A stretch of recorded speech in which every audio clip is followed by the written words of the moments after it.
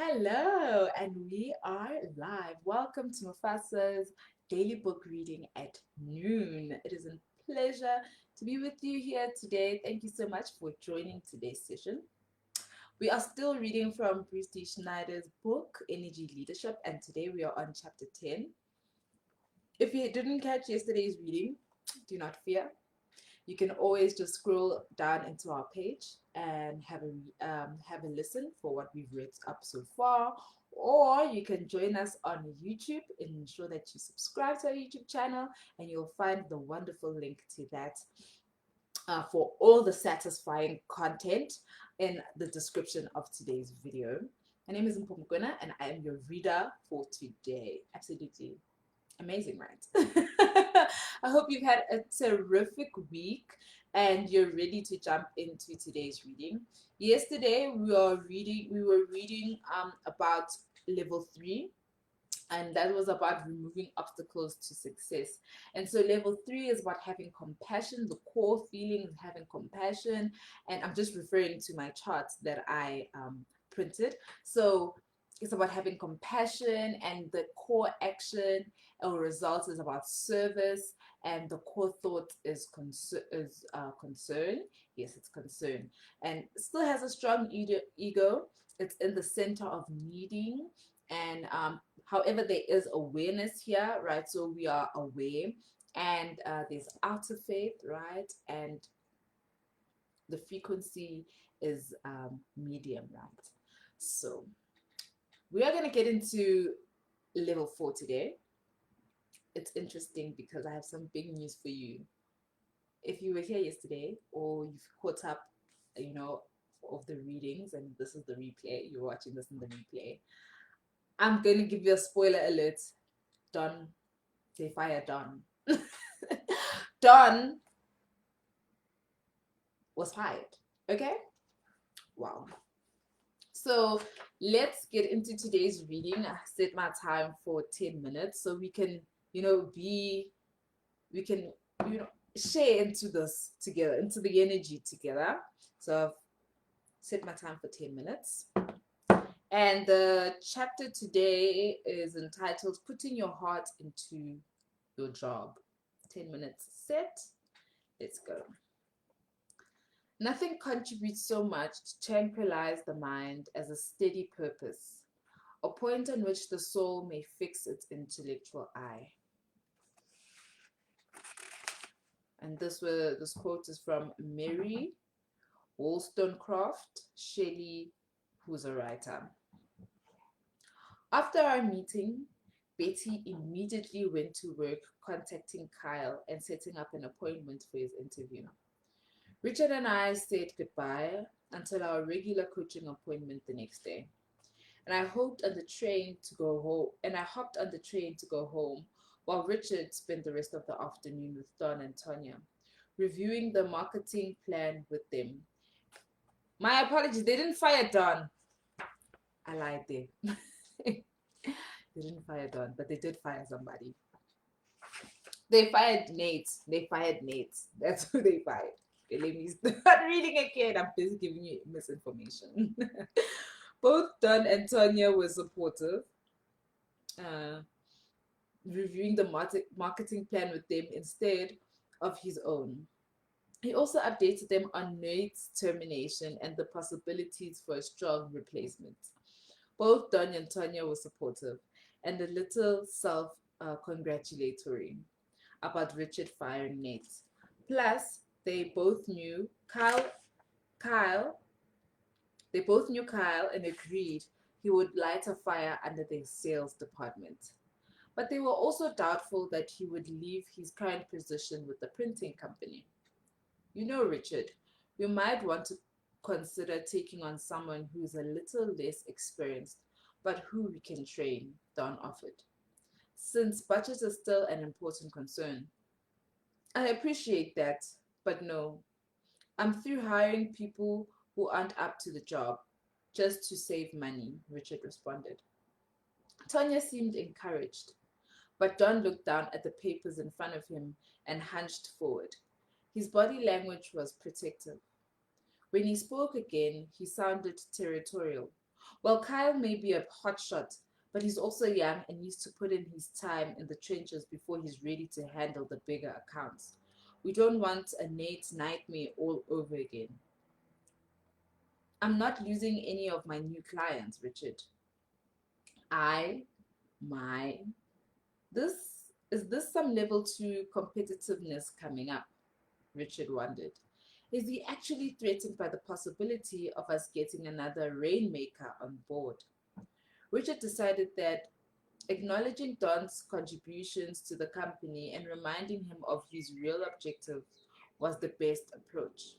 Also, Don's ego offered Richard a great opportunity for a buy-in. Don, you obviously made a huge impact on revenues recently, which is one of the reasons I think we can hold out for quality. I believe Kyle is the quality employee we were all looking for, began Richard. Of course, any new employee will need your guidance in the beginning, and I know you'll do your best to bring him into the fold. Just imagine what it would be like to have someone as skilled as Kyle as your partner in landing more big fish. Don looked Richard in the eye. I suppose you're right, he admitted, only somewhat reluctant. If he's willing to collaborate, we can really make some things happen. All right, Richard thought. That's good enough for now. Tonya cautioned. All of this is exciting, but I don't want to get ahead of ourselves. We haven't hired anyone yet, much less Kyle. And there are still all these other aspects of the plan to attend to. Gentlemen, can we get back to what's on the docket today? Yes, Counsel, Richard tested. Let's do that. Where were we? In his own words, so this is Don's reflection of what's happening. You wouldn't believe the changes that have happened around here. It's like working in a completely different company. Only you don't have to go through all the hassle of leaving the old one. That's something I know about for sure. When the dot-com bubble burst, I was right there in the slippery mess. It was pretty bad.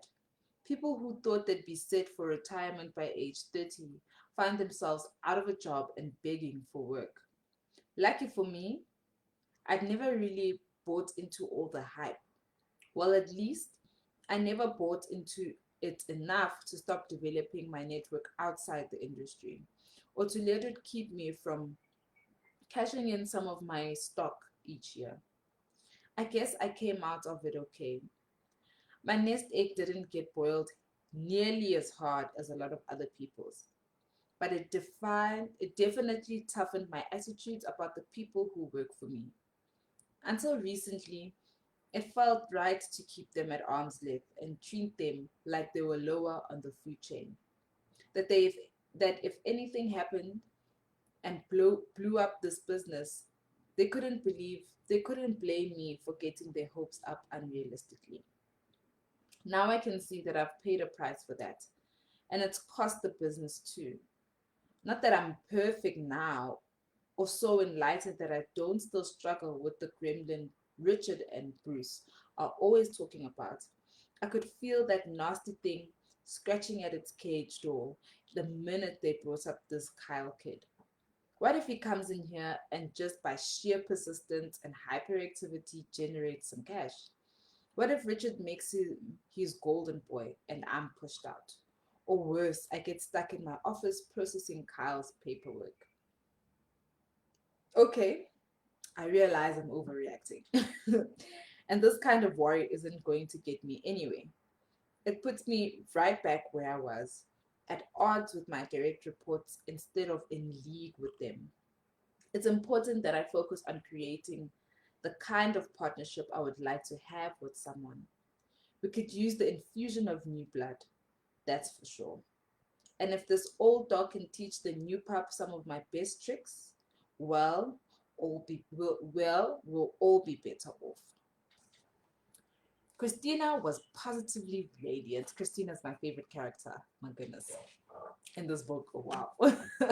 Christina was positively radiant when I walked through the doors the next morning. She called, Bruce, look, The new desk has arrived. Isn't it gorgeous?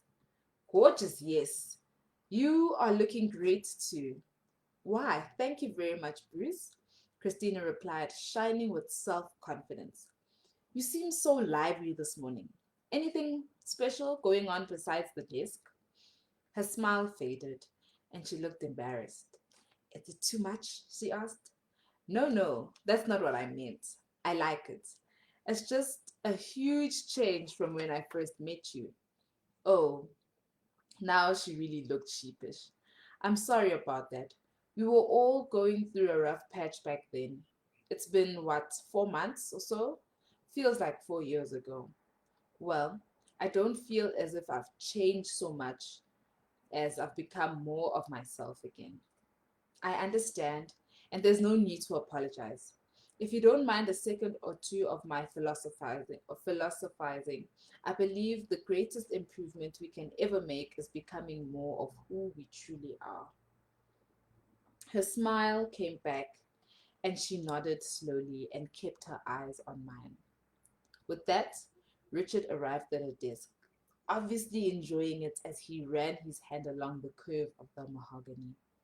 Hi, Christina. Hey, thanks for leaving your report for me yesterday afternoon. I read it last night and I've just a couple of questions, but it looks great. Let's plan to talk about that tomorrow, okay? You got it? Does 11 work for you? Observing the two of them in this conversation, I enjoyed watching them having a completely animated exchange about a mundane subject.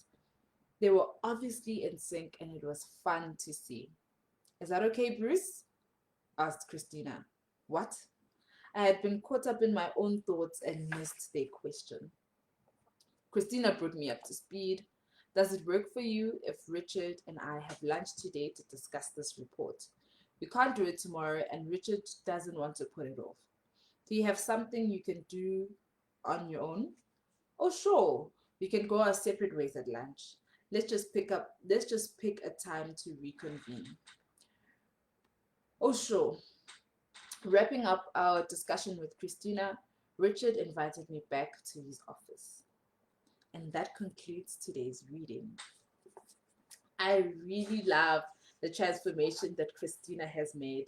I think every time Christina pops up into the book, I'm just a fangirl for her because she's really made a huge jump from energy level one to where she is now, and she's feeling better. It's really really nice, and I think today my takeaway is what Bruce said: the greatest improvement we can ever make is becoming more of who we truly are. So how do you plan on becoming more of who you truly are? I also had um, a question today to put up for you. Let's see. Let's add the question. Here we go. Do you put your heart into your job? Let's activate the poll. Yes. Do you put your heart into your job? And I think the easiest way in which we can put the heart into our job is to ensure that we become the best versions of ourselves, because that's at the end of the day who shows up right into the various spaces that we go into. And there's a wonderful quote that we also have, I saw today, that says that let your light be, let your light be seen, because that's something that shows up for you in various rooms. So I hope that you do put them. I'm going to click on yes. I do put my heart into my job, because essentially my heart is who I am. And so I hope that that's what you do as well. Thank you so much for attending today's daily noon reading. Tomorrow we're going to be reading from chapter 11. The CEO of the Future is the title, and we're going to be talking about level 5. I hope you're going to enjoy your day, and leave a comment, share this content, and follow us on our YouTube channel. There's so much content there for you that's ready for you to just sink your teeth in. So I'll see you tomorrow. and enjoy the rest of your day. Goodbye.